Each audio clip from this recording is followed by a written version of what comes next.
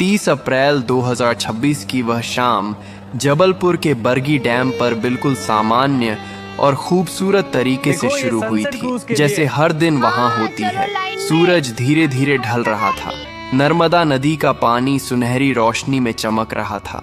हवा हल्की थी और माहौल में एक अजीब सी शांति और खुशी थी।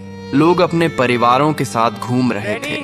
बच्चे हंसते हुए इधर उधर दौड़ रहे थे। कुछ लोग मोबाइल से फोटो और वीडियो बना रहे थे और कई लोग उस दिन की सबसे खास चीज का इंतजार कर रहे थे, क्रूज राइड। वह बड़ी मोटर बोट जो लोगों को नदी के बीच लेकर जाती है ताकि वे प्रकृति के बीच कुछ पल शांति से बिता सकें। लगभग शाम के 5 बजे के आसपास लोग धीरे धीरे उस नाव में चढ़ने लगे। कोई अपने दोस्तों के साथ था, कोई परिवार के साथ, कोई अपने छोटे बच्चों को गोद में लेकर चढ़ रहा था। एक माँ अपने लगभग 3 साल के बच्चे को सीने से लगाए हुए थी। बच्चा खुश था और पानी की तरफ देखकर ताली बजा रहा था। कुछ कॉलेज के लड़के मजाक कर रहे थे। एक नवविवाहित जोड़ा हाथ पकड़े बैठा था। Every moment with you is I love you. कुछ बुजुर्ग शांत बैठे थे। Yes, much better. Thank you. कुल मिलाकर करीब 30 से 31 लोग उस नाव में सवार हुए। नाव के कर्मचारियों ने जल्दी जल्दी लोगों को बैठाया। कुछ लोगों ने सुरक्षा को लेकर सवाल किया कि लाइफ जैकेट कहाँ है। कुछ को जैकेट दी गई, लेकिन कई लोगों को नहीं मिली और कर्मचारियों ने यह कहकर बात को टाल दिया। Okay, good. Thank you. और रोज की तरह ही यह यात्रा भी सामान्य होगी। उस समय किसी को अंदाजा नहीं था कि यही छोटी सी लापरवाही कुछ ही देर में कितनी बड़ी त्रासदी में बदलने वाली है। नाव धीरे धीरे किनारे से दूर जाने लगी। इंजन की आवाज हल्की थी। पानी पर हल्की लहरें बन रही थीं। लोग खुश थे। कोई सेल्फी ले रहा था, कोई वीडियो बना रहा था। बच्चे पानी को देखकर खुश हो रहे थे। कुछ लोग गाने गा रहे थे। माहौल बिल्कुल एक पिकनिक जैसा था। लेकिन जैसे जैसे नाव आगे बढ़ी, आसमान का रंग धीरे धीरे बदलने लगा। दूर कहीं काले बादल दिखाई देने लगे। हवा थोड़ी तेज हो गई। शुरू में किसी ने ज्यादा ध्यान नहीं दिया, क्योंकि अक्सर ऐसा मौसम आता है और चला जाता है। लेकिन कुछ ही मिनटों में हवा की रफ्तार बढ़ने लगी। पानी में हलचल तेज हो गई।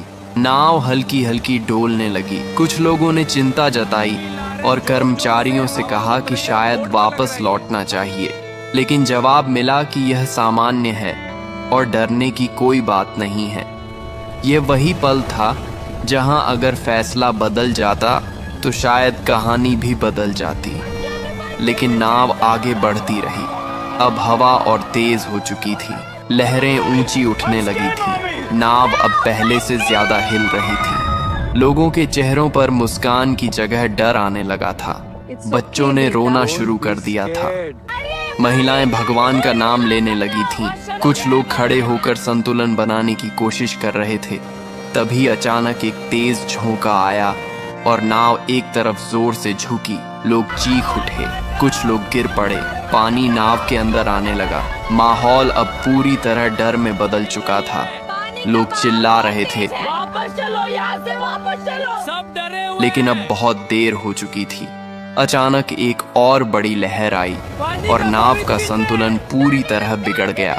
कुछ ही सेकंड में वह पल आया जिसे कोई कभी भूल नहीं पाएगा। नाव पलट गई और सब कुछ पानी में चला गया।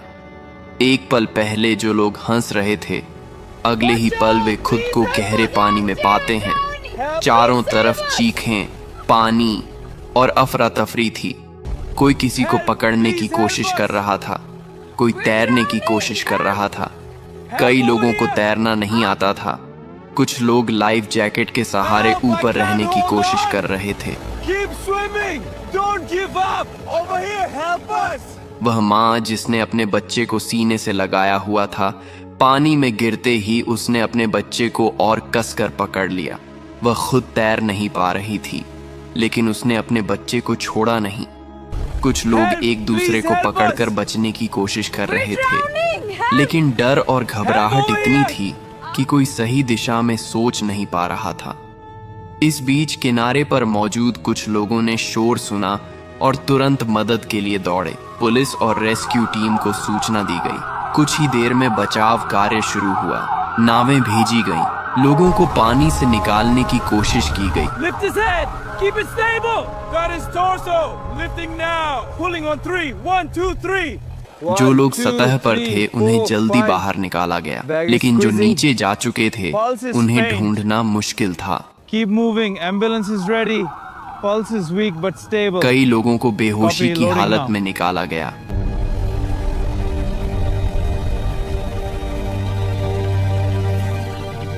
लेकिन कुछ लोगों को बचाया नहीं जा सका। धीरे धीरे यह साफ होने लगा कि यह सिर्फ एक हादसा नहीं बल्कि एक बड़ी त्रासदी बन चुका है। अस्पताल के बाहर परिवारों की भीड़ जमा हो गई। हर कोई अपने अपने लोगों के बारे में पूछ रहा था। किसी का बेटा अंदर था। I can't take it anymore. Her ambulance के आने पर दिल की धड़कन तेज हो जाती थी, लेकिन कई बार जवाब उम्मीद के खिलाफ होता था। कुछ लोग हमेशा के लिए चले गए थे। कई परिवार टूट चुके थे।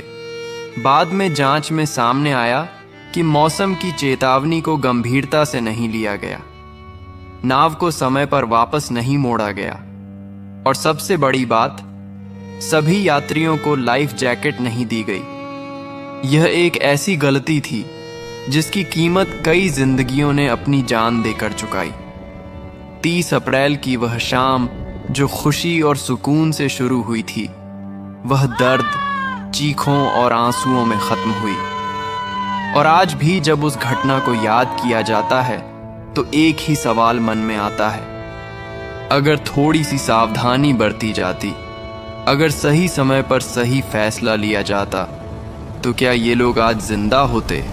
यह हादसा सिर्फ एक घटना नहीं था, यह एक चेतावनी थी कि जिंदगी में सुरक्षा को कभी हल्के में नहीं लेना चाहिए, क्योंकि एक छोटी सी लापरवाही भी सब कुछ छीन सकती है।